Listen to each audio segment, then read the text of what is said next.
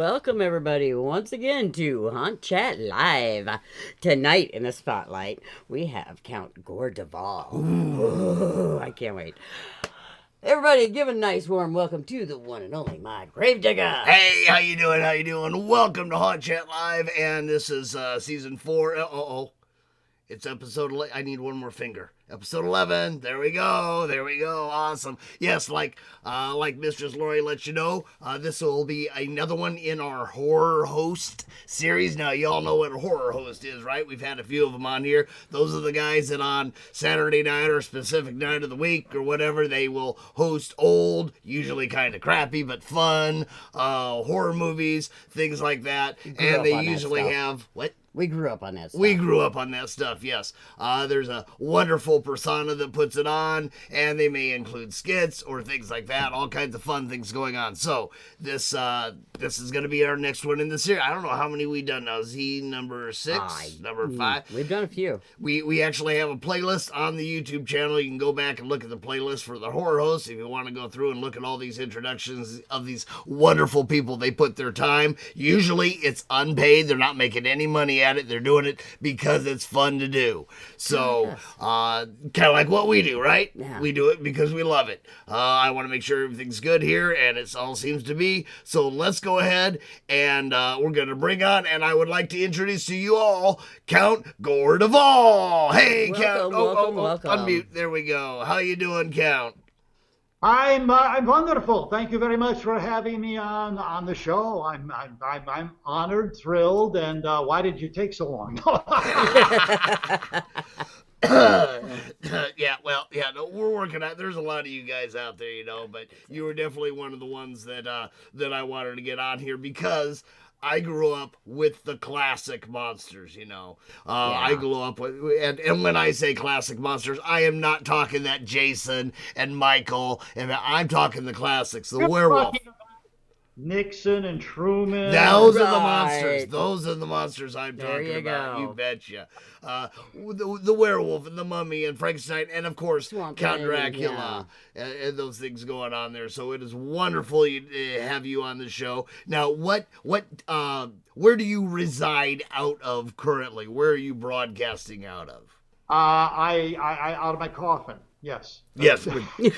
And where would that coffin be located? In my dungeon.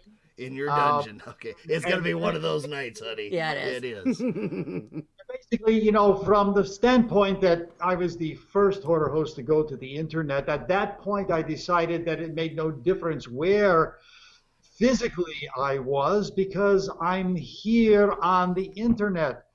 To be very honest with you, my web program, which goes up every Saturday night, CountGore.com. CountGore.com. I put it up. I have put it up from 6 different continents. Holy cow! So it's like I don't talk about geography. It's irrelevant. So with all those worms crawling in and crawling out, you got wormholes. You can just zoom to one continent, to another continent, and stuff like that. Boy, I wish that was the case, but But anyway, yes. All right. No, but no, we just we actually put it together wherever we happen to be in the world. That's it. Nice. That's wonderful how that can happen. It wasn't like that back in the days, was it? No. That's back in the days when I started in Washington, D.C. in 1973. Ooh. Very, very protective of our city. I was the king of Washington. And then Elvira, she had the West Coast. And Zach, well, he'll always have New York, even now that he's gone. And then we had the Ghoul and Gallardi. And then down in Florida, we had Dr. Paul Bearer. I mean, Dr. Shock and Phil. I mean, all those horror hosts back in the day. Way back. Yeah. Yeah, we actually I'm not gonna say grew up with, but the one in our area was Dr. Sanguinary, who is another horror host Hall of Famer, and back around doing his thing. We've had him on. We've had Paul Bearer. In fact, Dr. Paul was our first horror host guest on here. Excellent. Actually, he's number 2. Yes, he'll be on later. This is April, right? So he'll be Yes. on later this month uh, with a little skit that we do every April. So I won't go any no Nice. spoilers. No Oh, spoilers. we're full of spoilers on here. I want to let now you're not watching this, so you don't know, but I actually have above us, above you, I have a little slideshow going on of some pictures that I stole from you and things like that. And one of them, you folks will see, is a whole bunch of weirdos sitting lined up, and it was from that first gathering of horror hosts. Yep, Yes, that was Horror Hound, yep. was it? Yeah, it was Horror Hound. I think it was in Cincinnati or was it Indy? One of the two. Anyway, uh, yeah, it was interesting. When I first started doing conventions, people kept saying, "Hey, Count, are you ever going to have a horror host convention?" And I thought about it, and I thought about it, and I finally said, "No, it can't happen." They go, "Why?" I said, "Because there's no building big enough in the world to house egos." Uh, Yeah. it's not true. We did it, and it was fun. And the egos were kept in check, at least while we were there. And it was fun. And Mm. what was interesting? Before the internet, before people came, like I said, everyone had their market, but we didn't know what we were doing in the other markets. I didn't know what Elvira was doing. I've never. Here's a story. I'll tell you a story. Tell us This a is story, Count. Tell us a story. a true story. I need, wait, wait, I wait, wait, wait, wait. He's gonna tell a story. I need a cookie. If and he's then gonna get tell a story, I gotta be ready with a cookie. Because okay. you gotta have a cookie to have a story. Go ahead. All right, I got my cookie. It's the mid '80s, okay, and I've heard of Elvira, and the only thing I know of Elvira is that she's beautiful and she does Coors commercials. I'm in Washington, she's in LA and occasionally in Las Vegas. That's a long way away. We don't have the internet to look, we don't have YouTube, anything like that. So I'm on the phone with a guy from TV Guide. They're coming up on the Halloween issue and he's calling horror hosts. So I'm interviewing this guy. So when the interview's over, I said, "Hey, what are you at?" He goes, "Los Angeles." I go, "Ah, perfect." I said, "I need to find out about Elvira." He said, "I don't have her number." I said, "That's okay." I said, "I want to know what her show is like because I've never seen her show." He said, "What do you mean?" I said, "Well, what's her bit? What does she do?" What's the He goes, shtick? Yeah. "The shtick." And he couldn't come up with. I said, "Okay, let me walk you through this," because he couldn't conceive of what I was trying to come up with. I said, "You come home on a Saturday night." He goes, "Yes." "Are you sober?" He said, "Probably not." "Okay." "You come in. You turn the TV set on." "Yes." "You turn the channel Elvira's on." "Yes." "You're going to watch her." "Yes."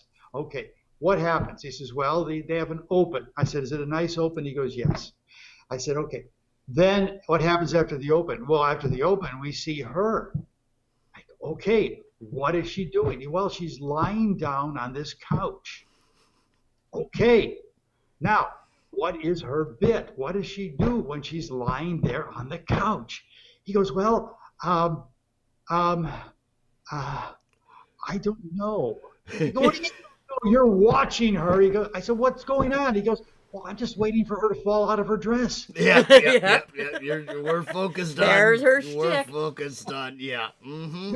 And Mm-hmm. that's all Mm-hmm. I knew about Cassandra for the longest time until we got the internet, until I went out, finally got to the West Coast, and I finally got to meet her at a couple of conventions. But I mean, it's really great when we get these together because then you can find out what other people are doing, find out how creative they are, find out what you can steal. I mean, it's wonderful. Yeah, it absolutely is. That's why we go to the haunt conventions, to see what they're actually doing at other. Because with us owning a haunted attraction, we don't get a chance to go to a lot of other ones, and so it's the same thing. We go there to see what they're doing, see what ideas we can steal, what works, what doesn't, and all that. So it's the same thing in the horror host industry, folks. You heard it here. Absolutely.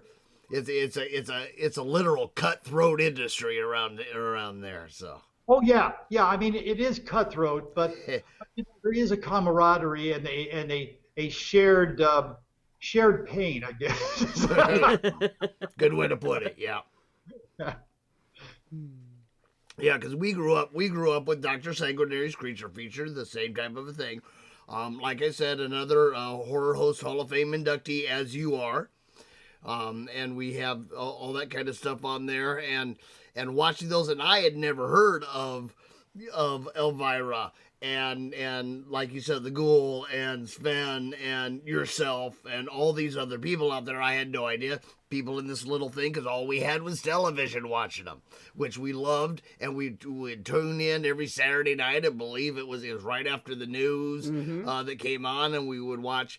In those days, of course, most of them were the classics, the Abbott Costellos and the Draculas and Wolfmans and all those kind of stuff, because we're old. They didn't have those other shows. Which brings the question, what kind of shows, what do you air? What kind of shows do you host? What are you allowed to host? Well, one of the things is, we can. Okay, let me back off for a little bit. To all the people out there about horror hosts, and who want to become a horror host, who think it'd be really cool to become a horror host. If you think it's cool to become a horror host for fame and fortune, stop right there, because it doesn't happen. Nope. Particularly the fortune part of it. Now, most of us, by far and away most of us, except unless you happen to work for a TV station that has bought and paid for the rights to movies, you're stuck with public domain films. Correct. Films that are in the public domain that are either old enough, or for some reason during their lifetime, because at one time they had to be renewed, the rights had to be renewed, they weren't renewed, or the film, it was never the title that was copyrighted, it was the individual reel of film. I say this because I was talking to John Russo. I said, John, he was the producer of Night of the Living Dead. Okay. Romero directed it, but John produced it. I said, John, how did Night of the Living Dead get into the public domain? It was made in '69. He goes, I don't want to talk about it. It's a really sore subject. I said, well, explain it to me. Here's what happened. Back in those days, every film had to have, at the end, the copyright notice. Okay? So he sent Night of the Living Dead to the lab, and the lab started duplicating them. 13 copies, for whatever reason, came off duplicator without the copyright notice. Oh, damn. Damn. And as soon as a smart person saw this, they bought that film and started knocking off copies. Now, he said, he said, if I caught it really early, I might have been able to stop it. But you can't now, because everyone just now assumes it is public domain, and that's it. He can't make any money off of the film. So, yeah, that's how it happened. Now, with the Digital Millennium Act, that's a different story altogether. And for example, the Bono Act, which actually was before the Digital Millennium Act, extended to 75 years. I believe so, yeah. Yeah, and who is behind this? Universal and Disney. Will Mickey Mouse ever become public domain? I wouldn't bet on it. No. Will Dracula, Bela Lugosi, ever become public domain? It's supposed to in 26. Don't bet on it. So we'll see. No, Anyway. we had a question that came up that said, didn't it also deal with the fact of the wrong name in regards to copywriting? I think he's referring to Night of the Living Dead. No. Nope. Night of the Living Dead was strictly they didn't have the copyright. There you go, Corey. There's your answer, Corey. Yeah. Now, in addition to public domain, now that aside, occasionally producers of new product. Hey, let's face it. There's a lot of people making movies, and there's only so many A lot theaters. of independence. Yes, and only so many ways for people to find out about these films. So how does someone make money? They have to get the film noticed. So occasionally they'll come to me and they say, "Count, you've got a big audience. Will you host one of my movies?" And I'll say, "Sure," and we'll put it on. Now, one of the nice things about being on the internet is we can show R-rated films uncut, so that's cool. Right. Right. We don't go into X or even NC-17, but we'll go R. And so we will show those. And then, lastly, I always been a fan of independent small filmmakers, people who are just starting out who make short films. And I think it's so marvelous. You could take a story and go from beginning to middle to end, make sense of it in 15 minutes. Awesome. I actually ended up producing one of those called Mother that was about Norman Bates and his mother. This is after the whole thing went on with Deborah Lamb, that wonderful lady friend of ours. Chris Nostarian put it out, and he does a lot of what he calls fan films, you know, and they're independents and they're shorts and the exact type of thing that you're talking about. There's a lot of that out there. Yeah, so basically on my web program, every Saturday night, there's either a new feature film, like tonight since we're live, tonight on April the 3rd, Creeping Terror. I'm showing the Creeping Terror, okay, feature film, okay. But I'm on the second week of a short film, and the title of which is escaping me right now, but it's on my New Blood showcase. And next week, I'll also show the Creeping Terror, but I'll have a new short film. So they're always cycling. Like I gotcha. So there's always a new film of some sort on the web program. So that's where it is. Now your show is on Saturday nights. So what time, after what time, can somebody sign on to or get onto your website and watch this? Okay. It is not broadcast at a specific time. It changes on Saturday night, and usually by 6 o'clock on Saturday evening, East Coast time, the new show is up, and it stays up for the full week. Right. You don't have to look at a TV guide or a cable guide or an internet guide to find out what time my movie is. Just show up, and it'll stream on demand. Everything's on demand, but every Saturday night it changes. That's it. So approximately 6 o'clock Eastern time is when that all gets changed. Right.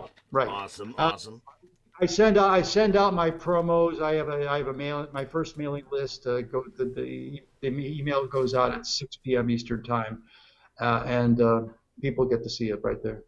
Cool. Now I want to talk a little bit about Count Gore Presents.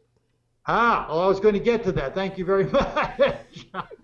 You know, a couple of years ago, matter of fact, it was 2 years ago this past October, we decided that I needed to get back on television, but I didn't want to go to work for a TV company. I had enough of that. They're run by accountants and bookkeepers and lawyers, and I wanted to stay on the internet since I was there since '98. So I said, I want to have my own channel though. So I went and did a Roku channel.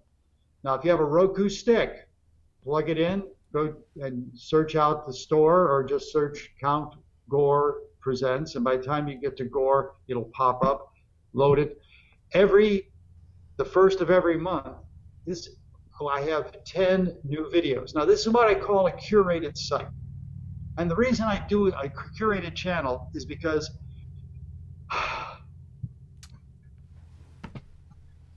I'm terrible about surfing.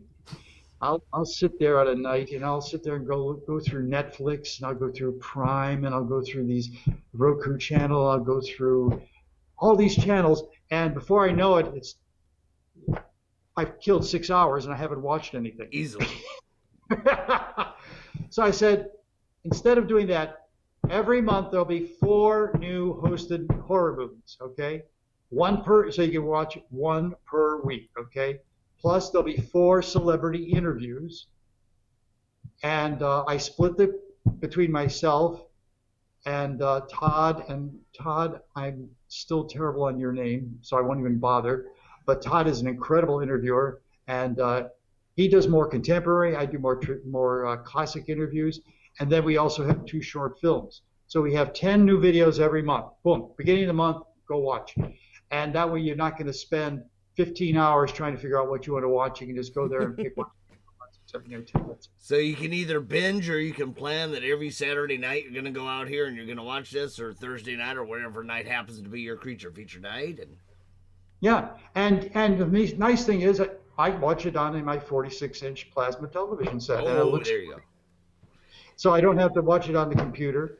When we first started out, I just did an interview for a French horror magazine, and they were saying, "What was it like?" Wait, you did an interview with a French whore? What?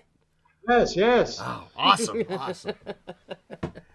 She wanted to compare me with other horror hosts. No, no, French horror magazine. Oh, okay. And they were asking about what it was like, showing movies in 1998 when you had dial-up modems. What happened here? What? You're fine. I'm fine? Oh, there we go. We couldn't stream movies at that point. We didn't stream movies till '99. That was when we got to 56K, and then we did tiny little movies. It was Flash Gordon serials, Yep. So anyway, yeah, it was fun. Yeah. Wasn't dialing into a BBS. And sitting there every day, your mail would come with another AOL disc. I actually collected those and was going to make one of those curtains out of the CDs, whatever, putting up. But I still have sitting on my shelf over here an AOL 1.5 for DOS disc, unused. Gotta be worth at least 4 cents. Yeah. Which just about was the cost of the postage back then. Right. But anyway, so that runs through what we do on the web. One of the other things that I'm involved with, and that is conventions. This COVID thing has been a real bummer. Yes, it has. Yeah. Yes, it has. I was involved in 2 things. I had cut back on my conventions a little bit, but what I was doing was I had a deal that was great. The American Film Institute, their theater in Silver Spring, Maryland, just outside of Washington, they invited me in 2013 to host the first movie. This was my 40th anniversary show. The first movie I showed on Washington television. And we did it live. This is a 400-seat Art Deco theater that's been totally renovated. It's got the most incredible video system. It can play anything in native form, from IMAX. No, it can't do IMAX. They do 70 millimeter, 35, 16, 8, Super 8. Wow. DVD, VHS. It can play it all on this huge screen with this great sound system. And they said, "Would you be willing to come out and do this?" And I said, "Yeah." Twist my arm. I said, "Better yet, pay me." And they said, "We will." I said, "Okay." Dang. Deal. So we've been doing this 3 times a year since then, up until this past year. I mean, we did Dracula, Frankenstein, Bride. We did a double feature, The Thing from Another World and John Carpenter's The Thing, back to back. Ooh, cool. Since we were in Washington, D.C., we had to do Day the Earth Stood Still. Of course. Do The Exorcist with the Exorcist stairs there, yeah. And we had to do Earth versus the Flying Saucers, which destroys Washington, D.C. So we did all these wonderful things.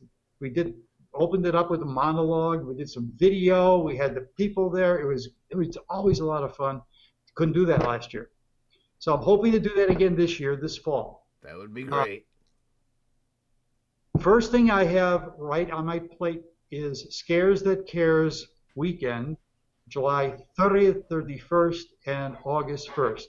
If you want to go visit Williamsburg, Virginia, which is a great place to visit, I mean, they've got great Lots of history. That's not where you're buried, though.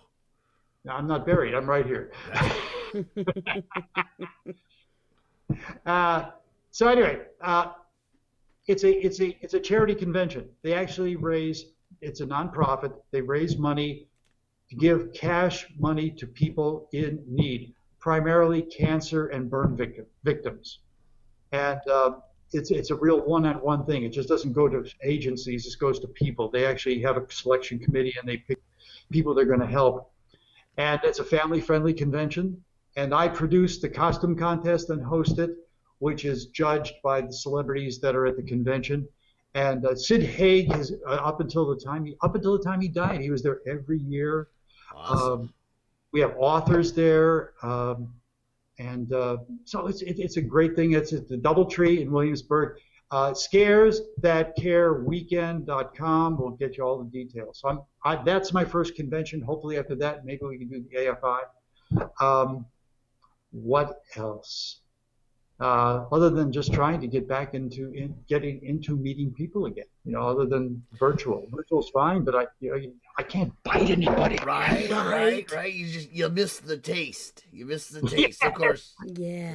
Of course, if you do that, you do. I said do. Yeah, you did. If you do that, then that whole COVID thing, you lose the taste. So it's kind of it's back and forth. Yes. Anyway, so that's what we're up to, and I see we're running out of time. Now Oh my God. we got 3 minutes left. Oh, We got 3 minutes left, and I have a funny feeling that he would be able to find us at least one more story. I mean, out of all the famous people that he's met and interviewed, he might be able to find us one more story to take up this last 2.5 minutes. that had to be a short story. Forrest J. Ackerman. You ever hear of him? I remember Ackerman. Yes, Forrest Ackerman, Mr. Monster, the guy who yes. started Famous Monster magazine. Yes. Okay. Here's a true story. I was working on Channel 20. I had never heard of him. Did not know who he was. I had seen Famous Monster. A friend of mine, who's a mutual friend of his, says, Forrest's in town. He wants to be on your show. Can we do it? And I go, okay. So she gives me a cheat sheets on who this guy is. He comes on. What's the first thing he shows? The first issue of Famous Monster. I'm awed, He looks in my coffin. My coffin lid has Vampirella in the coffin lid. Right. He says, you want me to tell you the story of how I invented that character, flying over the Amazon River with Polanski? And I'm going, yeah. Please. We almost didn't show the movie because he was such an interesting interview. However, I always felt guilty afterwards because I think he caught on very quickly that I didn't know who he was. Oops. And I felt guilty about it. Now, that being said, I watched the interviews and I did what I normally do with interviews, and that is I let them talk and I listen to what they're saying and respond to that. So I didn't have to know a lot other than the basic background, but I still felt guilty that I didn't know who he was. So I would never. I have no idea what kind of situation that would be because I know everything about everybody that I talk to, So and I talk most of the time. I hardly ever let them get a word in edgewise anyway. So I really don't. Oh, stop it! I don't know what. Count. Thank you. First horror host on the internet. yes, Been around forever. Literally since 1847, I believe, is when Count really started showing up. You've That's been right. here. I became a vampire in 1847. There you go. You've I'm been around. I'm not quite that old, but close. Not quite. We don't talk about her age though, because she's a woman. We don't talk about just leave that one alone. Age is just numbers. That's right. That's right. And right now today the numbers feel really big. But, for me, we'll just say it. It's been a couple days, let me tell you. But anyway, thank you so much. We appreciate you coming on. We appreciate you taking the time. Count Gore presents. You got a Roku channel. I got a couple links on here to your Facebook and to countgore.com, where, like we said, you tune in, and every Saturday the movies that are on it changes. Check them out, guys. Check out the other horror hosts. You Yes. can get on our archives on YouTube. Of course, it's Hot Chat Live, and go through the other folks that we've had on here. We will be having more coming up in the future too. At least 2 or 3 or 4, or who knows. It depends on if I run out of other stuff. We might have more through next season. Also, thank you for being our season finale for year 4. Yep. So it's a bigwig thing. Next season we've got coming up. I actually do have a few cool things lined up between horror hosts and a little bit more in the horror industry, as well as, of course, the haunt industry, which got us started going up. Right. Everybody, don't forget. What is this? This is April, so it's in June. Of course, we'll have Haunt Collective back on here, our yearly deal there. Count, I want to thank you for being on here. We are at the end of our time, so what's your final word to the fans out there? And by the way, you need to go back on the Facebook Live. You've had lots of questions pop up on over there, so you want to go back there and say hi to everybody and answer their questions going on. Sorry, I just read Chandra's comment about biting people to see if you still have COVID. The new COVID test. You bite somebody, and if you can taste them. To everyone, may all your blood be warm. Right. Awesome. Because warm blood is much better than cold. Exactly. That's right. All right, everybody. Thank you for tuning in. It's been a blast.